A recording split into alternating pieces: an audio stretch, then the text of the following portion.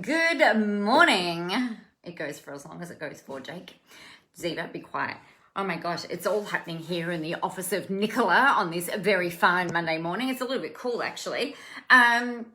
It's really interesting. I've been looking back through some photos of mine from, I don't know, like maybe the last month or probably maybe about 6 weeks ago. Good morning, Tess.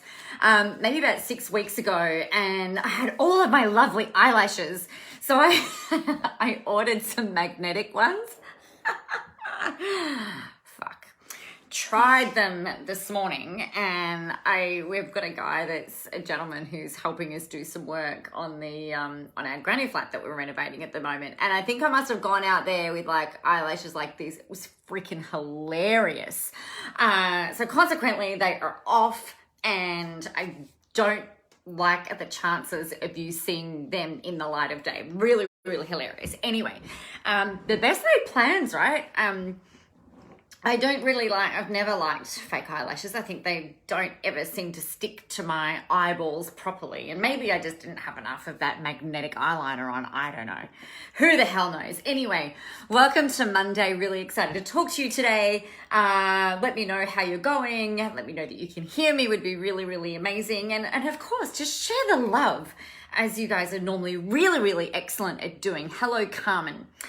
So I wanted to let you know, I want to let you in on a little bit of stuff that happened over the weekend. It's really interesting because as you know, I've been promoting the All Access Pass, which is now closed. You can't get in on it. So I'm not trying to pitch that to you today. But the frequency in which I've been talking about All Access has really ramped up, or had really ramped up, particularly in the last 5 days, specifically, and even more so over the last couple of days, because I'm like, are you crazy? Like, you've got to be in this. It's going to be amazing. You know, jump in. And I emailed my database a little bit more, Here's this. I emailed them once on Saturday morning. A lot of you will have seen this, and twice, maybe 3 times yesterday. I think I can't remember actually. It might have been I don't know, 3 times. I feel like I ordered. I feel like I emailed once in the morning, once at night with the final notice, and then like the final notice late last night. So I had some emails before the late one. So I've sent like a total of, there was 2 emails went out before I started getting some emails in, and I had some very interesting responses, let me tell you. And what we're talking about, the underlying thing of everything we're talking about today is about making sure that you are showing up as you, worrying about what else thinks and whatever. So I had multiple emails from one very special human. I don't know who she was. And she was yelling at me via email saying that I was crazy. One of the emails that I sent out, like responded to a previous email that I sent out about, you know how like we've got like the metaphoric like devil and angel sitting on our shoulder, where one will be like, you can't do this, and then this one's like, you can do this, you've got this, no you can't, yes you can. And I read an email about that a couple of weeks ago. She, like the really long response, yelling at me in this email. Another one just said, like, I don't know why you're using so much Psychobabble. You don't make any sense, you know, blah, blah, blah, blah, blah. And then another one that came through was, because I wrote, like, you're a motherfucking enigma in the copy of the email, the body of the email. And I got yelled at for swearing in this email. And I was like, holy shit. You guys, you all know me well enough by now to know that I am a swearer, and my son's laughing, we end up in the room, and whether it's a literal, like a face-to-face room, or whether it's in like an online event room, or in here, or whether you pick up a book of mine, or you read any of my stuff. You know, I don't swear just because I feel like swearing all of the time. It's just sometimes it just happens, and I kind of go through stages where I'll swear a lot more than others, and sometimes I won't, you know, I can go through stages where I barely swear at all. But the point of the matter is that most people have got this really like interesting kind of opinions on the way that you should be the way that you should speak, the way that you should show up. And they've also got these ideas on how much you should be emailing them or not, and things like that. And I think the thing that I really wanted to remind you guys of today is people are going to either, they're going to have an opinion about whether they like you or whether they don't, regardless of the frequency in which you email, regardless if you swear or not in there, regardless if you're like psychobabbling by their definition or not. Here's the thing that I know for me. I've always had a lot of words. As a child, I was told if Nicola just stopped talking and concentrated on her work, she would do a whole lot better. Not that I was doing badly, like I did really well at school, but you know, that was some feedback that I had. You know that my coffee runs are normally long and protracted. My blogs tend to be a whole lot of words. I was talking to my dad on Friday night, and I'd sent my parents a copy of my book. Good morning, Maxine. Sent my parents a copy of the draft manuscript of my book, looking for some very specific feedback from them. And so there was I've talked about mum and dad in there as well. And I wanted them to read through this. And my dad said, well, Nicola, I speed read it because there's a lot of words and I couldn't possibly read all of the words. And I got, okay, no worries. So, and that's totally fine. Like that doesn't bother me, but some people will read all of the words and some people won't read all of the words. Come in. And yet they must have subscribed to you somewhere. Exactly. And you know what, when someone brand new to me subscribes, they opt in for, the only way they can do that is by them, but you have to give me your email. I don't come and stalk you. And this is the other thing that this woman accused me of. Hey, Rebecca. She's like, how did you find me? And why are you emailing me? And where did you come from? I'm like, what the heck? Like, it's not me. So I just went in. I didn't reply to any of the emails. I just unsubscribed her. I'm like, yeah, go away. I don't need that kind of drama in my inbox, and she doesn't need me in hers, let's be honest. So I think the thing is that, the email that they get from me is like, welcome to the world of Nicola, and there's a long email. Surprise, surprise. It's not actually that long. It's maybe like three or four paragraphs. But it basically sets out the tone of who I am, how I'm going to show up. You can unsubscribe at any time. I'm going to show up in your inbox sometimes once a day, sometimes not at all, and sometimes 3 or 4 times a day. It depends on what it is that's going on. And I think that people, it's interesting because if Coles was emailing you, or if a grocery store is emailing you, or your favorite shoe retailer is emailing you with their latest designs or like a special or something, you know, a couple of times a day, you're not going to go, meh, meh, meh, meh. If you see the same advert on television or hear the same advert, for instance, on radio, you know, a few times a day, you're not going to get all up in arms and be like, why are you sharing this with me more than 3 times a day? This is bullshit. Who do you think you are? My son's laughing. You know, it's not, people don't care, right? It's just like they can change the fucking channel. And it's the same with your emails. It's long, Nicola. That's right. The thing is that people forget that you are, or I think they think that you're sitting there emailing them individually, personally, and that's not how it is. As much as I love you guys, I don't sit here and email you personally every single day. I have a system that does that, and it sends the same email to a lot of people. Sometimes I'll email you individually, depending on, you know, what's happening, or if you've asked me a question, then I go back and email you personally. But the blogs and the coffee run replays and the suggestions for free things, or the articles, or, you know, whatever I'm sharing with you, you know, that gets done on a group basis. And I think people forget that they can just hit that little unsubscribe button. Oh, and she yelled at me about my unsubscribe thing. Because in my unsubscribe, it says, you know, I really being part of my posse and my tribe. But you know what? If you feel like you need to go, that's cool. Peace out. You know, go find someone that you love. You know, I'm not being an asshole. And she yelled at me about that. It was so extraordinary. The interesting thing is that way back in the day, that kind of thing would have made me go, oh my gosh, somebody is offended by what I've done. Like, oh my God, someone is offended that I swore, because I said motherfucker in an email. I mean, shit, if you've been on any of my lives for the last few months, there's been a whole lot of F-bombs and, everything. Particularly of late, because it's just a weird ass situation that we're finding ourselves in.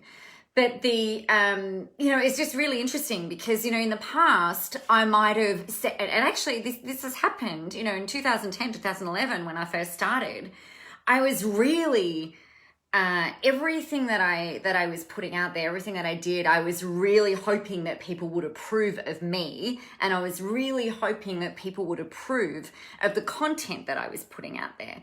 But honestly, like if you can't get past a fuck or two, or a shit or a motherfucker or, whatever, then we're like, don't sign up for my stuff. Don't sign up for my content. Don't sign up for my free stuff. Don't sign up for my paid things.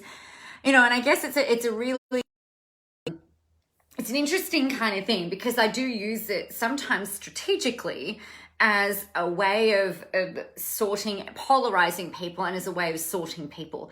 Because if you can't get past me, swearing and look for the deeper meaning or the intention or whatever that always underlies and ripples through my content, then you're never going to buy from me. And if you do buy from me, you're probably the person that's going to ask for a refund and I'm going to say no. And then you're going to get pissed off with me. And then that just leaves a bad taste in both of our mouths. And that's just really shit. And that's not the kind of experience that I want. So I would rather, and I'm sure it's not the kind of experience that you want either. So it helps to polarize people.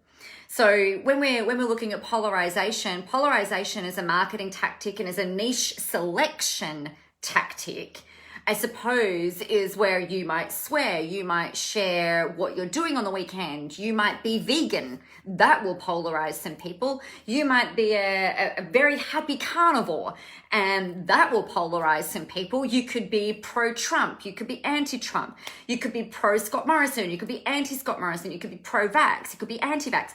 There are so many things that you can start to bring in, right? And use to polarize your audience, right? Paula, I love a fuck or two. Bring on the taboo words, I say. They get people's attention when they are placed in just the right way, right? I completely agree. What's really funny, what's even funnier, like this email that I sent out on the weekend, it had like, you're a motherfucking enigma, came up in the preview, right, of the email. I've sent out something with that in the subject line. I repurposed a blog post that I wrote a few weeks ago, and I had that up in the start of the email. So it's already been out there, and nobody yelled at me last time I did it. But this time round, it was like, maybe people are angry this weekend. But I have heard that Queensland are relaxing some of their restrictions. And not that I know that she's from Queensland, and New South Wales are reducing some of their restrictions, and perhaps some of the other states are going, in Australia at least, are going to start doing that as well. So I would have thought that people would have been a little bit happier and not quite as yelly. I don't know. Maybe they were just a bit more confident, or maybe, I don't know. It's not my business what's going on in their world, right? And it's not your business what's going on in your audience's world. What is your business is the way that you show up, and it's making sure that you're congruent. It's making sure that you're being authentic to you. It's making sure that you're leading with integrity, and that sometimes here's the thing, right? The thing that kind of got me was a Psychobabble thing. And I thought, this is interesting. It stuck in my mind. And it's like, you know what? I know that sometimes, and like Carmen said, like there's a lot of long stories, but there is always a moral. And I always trust, especially like more now these days than ever before, that what needs to be said and what I say is the stuff that needs to be said, and might just be, if somebody's dropping into the live now and they hear me say, you've just got to trust that you're always saying and sharing the exact right thing, maybe that's the message that you need to hear today. And it's not my business to try and edit the way that I show up, right? And this, you don't want to edit the way that you show up. The way that you need to show up is the way that you feel like you need to show up. Okay, so that's what you need to do. Maxine, I love your swearing, Nicola. It works for me. Well, thank you.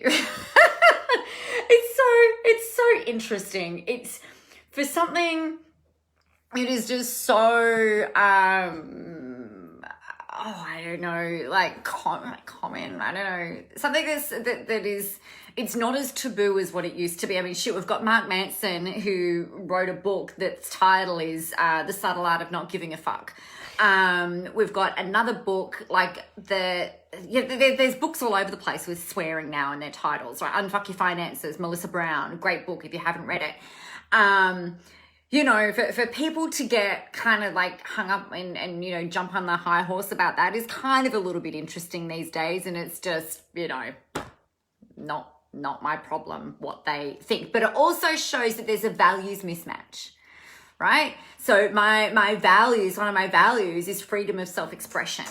Yeah, and I think that that's something that's really important in this day and age in our marketing and in the way that we show up online. And if you're wanting to step into the spotlight, which the first draft is done and I've just got to finish editing the second edit, you know, if we're thinking about that, you've got to give yourself permission to have freedom of self-expression. You've got to find a way to be able to tap into that. And sometimes it might be about you sitting your alter ego hat on and thinking, well, you know, what would Nicola do? What would Gwen Stefani do? What would, if you were the motherfucking queen of all of the things? Thanks, Jake. So I've got my costume. Oh, this is going to mess up my hair. Cosplay. There we go. Oh, I think that's a very good.